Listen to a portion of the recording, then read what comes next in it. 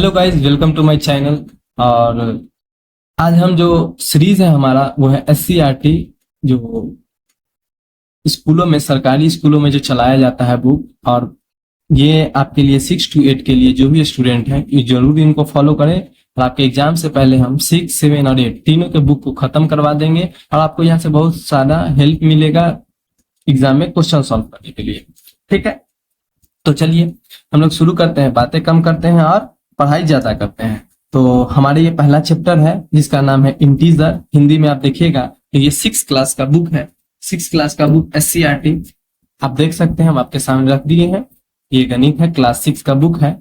और यहाँ पर ये चैप्टर नंबर 4। ठीक है, इसी की हम लोग क्या करेंगे, आज पढ़ाई करेंगे पूर्णांक के बारे में। तो आप देख सकते हैं, तो हम लोग चलते हैं इसके तरफ। पूर्णांक, और इसको इंग्लिश में कहते हैं इंटीजर। ठीक है, तो पूर्णांक क्या होता है पहले समझ लेते हैं। उससे पहले कुछ छोटी बातों को और समझ लेते हैं। पहला जो चीज है वो आपको समझना चाहिए, प्राकृतिक संख्या। प्राकृतिक संख्या, प्राकृतिक संख्या किसे कहते हैं?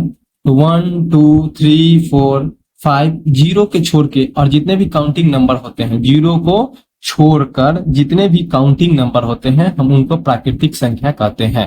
जैसे 1, 2, 3, 4, 5 से लेके इनफाइनाइट तक।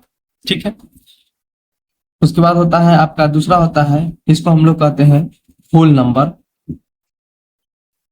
होल नंबर, इसे हम लोग कहते हैं नेचुरल नंबर। नेचुरल नंबर, ठीक है।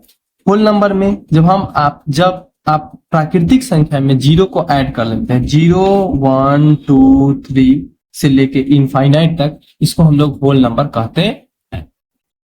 ठीक है, अब उसके बाद आता है, अब तीसरा जो नंबर हम लोग पढ़ते हैं उसका नाम है पूर्णांक। ठीक है, तो देखिए, अब ये तो नहीं है कि हम लोग हर चीज को, ये जितने भी आप नंबर देख रहे हैं ये सबके सब पॉजिटिव नंबर है, जिसको इंग्लिश में कहते हैं हम लोग धनात्मक संख्या। ठीक है, ये सबके सब पॉजिटिव नंबर है, इंग्लिश में कहते हैं धनात्मक संख्या। तो पूर्णांक क्या होता है, तो हम लोग ये समझ चुके हैं कि हर चीज को लेकिन सिर्फ पॉजिटिव नंबर से ही नहीं दर्शाया जा सकता है, नहीं इंडिकेट किया जा सकता है। इसके लिए हम लोग क्या करते हैं, निगेटिव नंबर को भी लेते हैं। ठीक है, जब हम पॉजिटिव नंबर और निगेटिव नंबर दोनों को एक साथ कर देते हैं, उसी को हम लोग कहते हैं इंटीजर, या हिंदी में कहते हैं पूर्णांक। ठीक है, इसमें दो चीज आती हैं, एक आता है निगेटिव नंबर और एक आता है पॉजिटिव नंबर। ठीक है, निगेटिव में आता है जिसको आप हिंदी में कहते हैं ऋणात्मक संख्या, और इसको कहते हैं हम लोग धनात्मक संख्या। ठीक है, नहीं दिख रहा है, हम लोग इसको कहते हैं धनात्मक संख्या और इसको कहते हैं हम लोग ऋणात्मक संख्या। ठीक है, चल,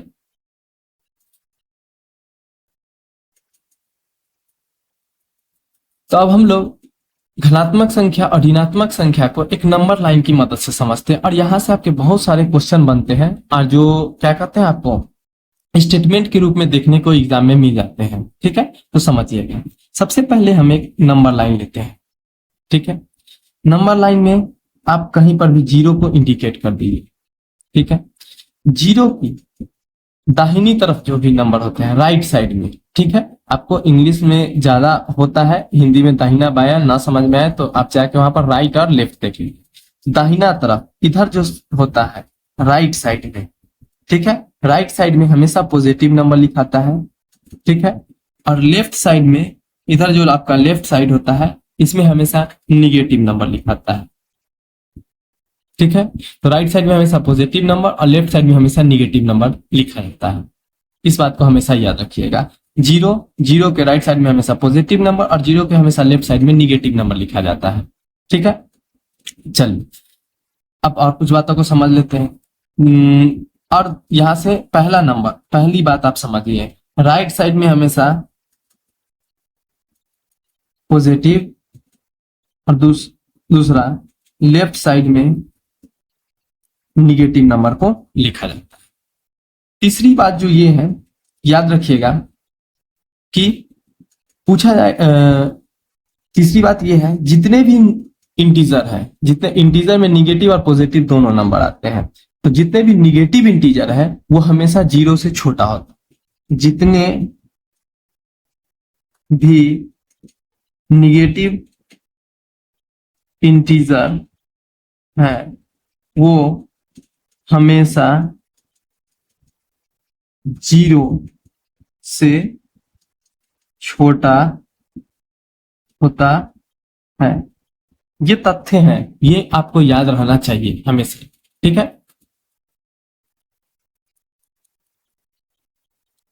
चलिए, फिर आपको इन बातों को आप लिखते जाइएगा, समझते जाइएगा। चौथी बात जो है, आप जानिए कि जितने भी निगेटिव नंबर है हमेशा 0 से होता है। 0 को ना ही हम लोग ना ही पॉजिटिव इंटीजर कहते हैं और ना ही हम लोग निगेटिव इंटीजर कहते हैं। ये बात भी हमेशा याद रखिए। आपसे पूछा जा सकता है क्या 0 को पॉजिटिव इंटीजर कहते हैं? ना ही 0 को हम लोग पॉजिटिव इंटीजर में रखते हैं, ना ही 0 को हम लोग निगेटिव इंटीजर में रखते हैं। इस बात को हमेशा याद रखिएगा, ठीक है। चलिए, अब हम लोग क्या है, जो भी बातें हैं वो क्वेश्चन के माध्यम से समझने का कोशिश करते हैं। चलिए क्वेश्चन लेते हैं। क्वेश्चन में है, आपके पास अगर बुक होगा तो आप समझ जाइएगा। पहले कुछ और चीजें, ठीक है। आपके पास बुक होगा तो आप निकालिएगा, दिख रहा होगा पेज नंबर 87, प्रश्नावली 4.1। इसको हम लोग सॉल्व करेंगे, ठीक है। पहला क्वेश्चन है, निम्नलिखित प्रयुक्त संख्याओं का उचित चिन्ह मानकर पूर्णांकों के रूप लिखिए। पहला है, पारा 0 से 4 डिग्री सेल्सियस नीचे है। पारा 0 से 4 डिग्री सेल्सियस नीचे है, इसका मतलब हो गया, अपनी इसको नंबर लाइन से समझिएगा। 0 है, पारा का मतलब हो गया, एक तरह से समझिए टेम्परेचर, ठीक है। टेम्परेचर जो है 0 से 4 डिग्री सेल्सियस नीचे, इसका मतलब है इधर आता है आपका निगेटिव, तो -1, -2, -3, -4, -5, ठीक है। और ये हो गया 1 2 3 4, 4 डिग्री सेल्सियस से नीचे है, इसका मतलब है जो इधर की तरफ भागेगा, ठीक है। और 4 डिग्री सेल्सियस नीचे हो गया कि मतलब हम इसको डिनोट करने के लिए -4 लिखेंगे। डिनोट करने के लिए क्या लिखेंगे? -4। तो पहले क्वेश्चन का आंसर क्या हो गया? पहला क्वेश्चन जो था कि पारा 0 से 4 डिग्री सेल्सियस नीचे, इसका होगा आंसर -4। दूसरा क्वेश्चन है, एक हवाई जहाज भूमि से 1500 मीटर की ऊंचाई पर उड़ रहा है। इसका मतलब है कि ये जमीन है, मान लीजिए ये जमीन है और जमीन के ऊपर उड़ रहा है। तो जब भी कोई चीज ऊपर में जाता है तो इसको पॉजिटिव से हम लोग डिनोट करते हैं, और नीचे में जाता है तो हम लोग इसको निगेटिव से डिनोट करते हैं, ठीक है। तो ये कितना कह रहा है? एक हवाई, इसमें आपको बताना है पर इस उचित चिन्ह लिख के बताता है, तो इसमें हम लोग पॉजिटिव इंडिकेट करेंगे। क्या करेंगे? पॉजिटिव को इंडिकेट करें। अगला क्वेश्चन देखते हैं। अगला क्वेश्चन है, यदि 5 कदम पूरब की दिशा में चली दूरी को +5 से व्यक्त करेंगे तो 5 कदम पश्चिम की दिशा में। देखिए ये विपरीत दिशा, जब भी हम लोग विपरीत दिशा को बताते हैं तो हमेशा निगेटिव से बताते हैं। इस चीज से बताते हैं हमेशा निगेटिव। अगर कोई पूरब में चल रहा है तो इसका मतलब, अगर उधर प्लस है तो अगर पश्चिम की बात कर रहा है तो पूरब की जस्ट उल्टी दिशा को हम लोग पश्चिम कहते हैं, इसलिए हम उसको निगेटिव से डिनोट करेंगे। अगला क्वेश्चन है, बैंक खाते में 500 रुपया जमा करना है। बैंक खाते में 500 रुपया जमा करना है, इसका मतलब वो आपका पैसा आपके बैंक में जमा हो रहा है, इसलिए हम इसको पॉजिटिव से डिनोट करेंगे। अगर हम निकालते हैं इस पैसे को तो हम लोग निगेटिव से इसको डिनोट करें, ठीक है। चल, अगला क्वेश्चन, निम्नलिखित संख्याओं को संख्या रेखा पर निरूपित कीजिए। तो संख्या रेखा पर निरूपित कीजिए, तो हम हमेशा जानते हैं जो भी संख्या, मान लीजिए है, यहाँ 0 लिखेंगे, यहाँ पर -1, यहाँ पर -2, -3, जो भी माइनस वाला संख्या होगा इस इधर आपको खोज लेना है, और इधर हो जाएगा +1 2 3 4 5, इधर बताएंगे 5। चल, पहला क्या बताना है आपको? -1 बताना था, -1। दूसरा आपको बताना है +5, तो +5।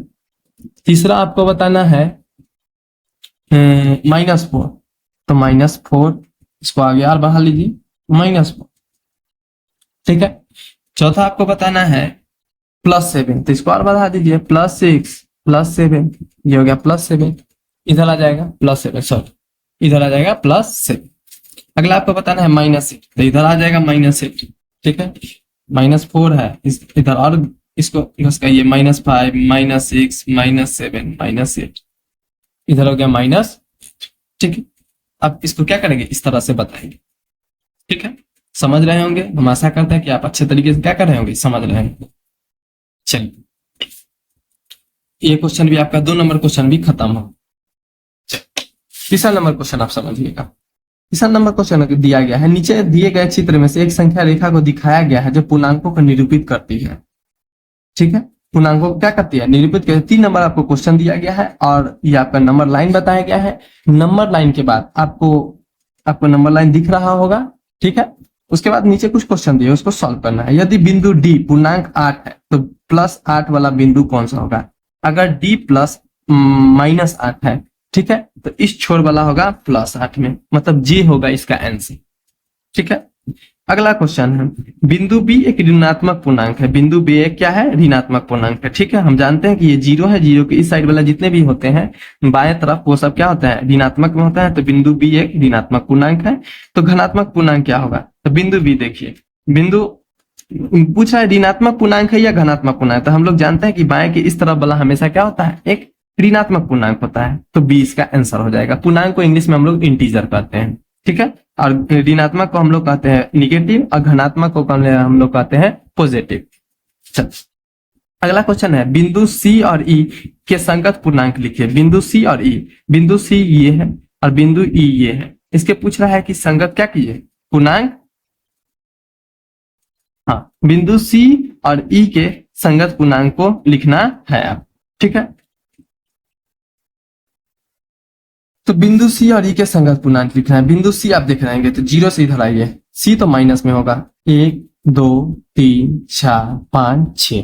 तो बिंदु सी का हो जाएगा -6 और -6 कह सकते हैं आप। और इसके बाद हो गया ई का होगा +1, क्या हो जाएगा, ई का +1 हो जाएगा। अगला क्वेश्चन आप देखिए, इस संख्या रेखा पर अंकित बिंदुओं में से किसका मान सबसे कम है। इसमें सबसे कम किसका मान है, तो सबसे कम होगा मान जो, देखिए माइनस और प्लस में एक खेल समझ लीजिए। माइनस में जो जितना बड़ा संख्या होता है वो उतना ही छोटा होता है। जैसे हम कहें कि -8 और -14 में कौन छोटा है, तो सबसे बड़ा संख्या क्या है, 14, तो 14 होगा सबसे छोटा संख्या। ठीक है, लेकिन पॉजिटिव में ऐसा नहीं होता है। हम लिखें 8 और 14 में कौन बड़ा है या सबसे कौन छोटा है, तो आप कहिएगा कि सर छोटा है कौन, तो छोटा है 8 और 14 बड़ा है। लेकिन निगेटिव में क्या होता है, जो नंबर सबसे बड़ा होता है वो नंबर सबसे छोटा होता है, जो नंबर सबसे छोटा होता है वो नंबर सबसे बड़ा होता है। ठीक है, अब आप यहां से समझ सकते हैं इसको। इस संख्या रेखा अंकित में किसका मान सबसे कम है, तो सबसे कम जो मान होगा डी का होगा। ठीक है, क्योंकि डी का आप गिनिएगा तो 1 2 3 4 5 6 7 8, डी हो गया -8। ठीक है, तो सबसे छोटा ये। अगला क्वेश्चन है, सभी बिंदुओं को उनके मानों के घटते क्रम में लिखिए। सभी बिंदुओं को उनके मानों के घटते क्रम में लिखना है। घटते क्रम का मतलब होता है बड़ा से छोटा की तरफ जाना। बड़ा से छोटा की तरफ है तो सबसे बड़ा है जे, उसके बाद है आई, उसके बाद है एच, उसके बाद है जी, उसके बाद है एफ, उसके बाद है ई। ठीक है, उसके बाद है ए, उसके बाद है बी, उसके बाद है सी, उसके बाद है डी। ठीक है, ये हो, समझ गया हम लोग। तो इनको घटते क्रम में लिखना था। ठीक है, आप धीरे धीरे 6 के क्लास के साथ आप फैमिलियर हो जाइए। आपको फिर पता चलेगा कि 7 इससे भी ज्यादा टफ है, फिर पता चलेगा 8 इससे भी ज्यादा टफ है। ठीक है, तो आप अगर सोच रहे होंगे कि हमें आता है, इसको छोड़ देते हैं, आगे बढ़ जाते हैं, तो हम आपको गारंटी देते हैं ना आपको 6 में इंटीजर समझ में आएगा और ना ही 7 में इंटीजर समझ में आएगा, ना ही 8 में इंटीजर समझ में आएगा। तो अगर आप बीपीएससी 4 की तैयारी कर रहे हैं, 6 to 8 की तैयारी कर रहे हैं या 1 to 5 की तैयारी कर रहे हैं, तो आपके पास बेसिक जानकारी होना चाहिए और इसलिए आपको ये याद रहना चाहिए। ठीक है, ये आप धीरे धीरे पढ़िए। फिर ये सीरीज है स्टार्ट की है, पहले 6 का, फिर 7 का, फिर 8 का, सबके एससीईआरटी को हम खत्म कर देंगे अगले 2 महीने के अंदर। ठीक है, चल अगला क्वेश्चन देखते हैं। निम्नलिखित युग में से कौन सी संख्या रेखा पर दाईं ओर स्थित है, हम आपको पहले भी बताए हैं। तो जैसे ये है, यहाँ 0 है, इधर हमेशा पॉजिटिव आएगा, इधर हमेशा आएगा निगेटिव नंबर। ठीक है, इधर होता है दाहिना, इधर होता है बायां। ठीक है, इधर हो गया दाहिना दाईं ओर और इधर हो गया बाईं ओर। ठीक है, अब इसमें से कह रहा है कि कौन सा युग्म दिख रहा होगा आपको कि दाईं ओर होगा, तो आपको पता है कि प्लस वाला जितना भी होगा दाईं ओर होगा, तो +3 प्लस ये 7 ये आएगा, ये आएगा बाईं ओर। इसमें से युग्म पूछ रहा है, दोनों आना चाहिए, तो ये नहीं होगा, ये भी नहीं होगा, ये भी नहीं होगा, ये। ठीक है, तो ये क्या हो जाएगा आपका आंसर हो गया आपका। ठीक, वीडियो बहुत लंबा हो जा रहा है, ठीक है, कोई बात नहीं, हम लोग समझेंगे।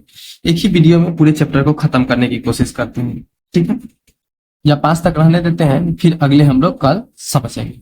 ठीक है, नीचे दिए हुए युग्म पूर्णांकों के बीच सभी पूर्णांक बढ़ते हुए क्रम में लिखिए। लिखना है आपको बढ़ते हुए क्रम में। ठीक है, तो इसी क्वेश्चन 5 नंबर क्वेश्चन तक समझ लेते हैं, उसके बाद छोड़ देंगे। ठीक है, तो 1 और -8 के बीच बढ़ते क्रम में लिखना है। इसके किसके बीच लिखना है?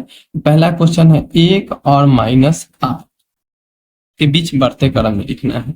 ठीक है, बढ़ते क्रम में लिखना है 1 और -8, तो हम लोग क्या करेंगे, चलिए, तो मतलब हो जाएगा -7, फिर -6, फिर -5, फिर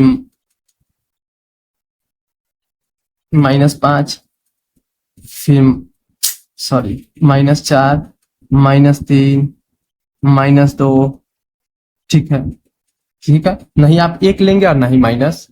ठीक है, माइनस, हाँ जा सकते हैं हम लोग, और भी -1 और 0। ठीक है, यहां तक आप लेके क्या करेंगे, छोड़ देंगे, -1 और 0। दूसरा क्वेश्चन समझिए, दूसरा कर रहा है -6 और 6, -6 और +6 के बीच में खोलना है, तो -5। ठीक है, इसके बाद -4, -3, -2, -1, 0, 1, 2, 3, 4, 5। ठीक है, तो -6 भी नहीं ले सकते और 6 भी नहीं ले सकते।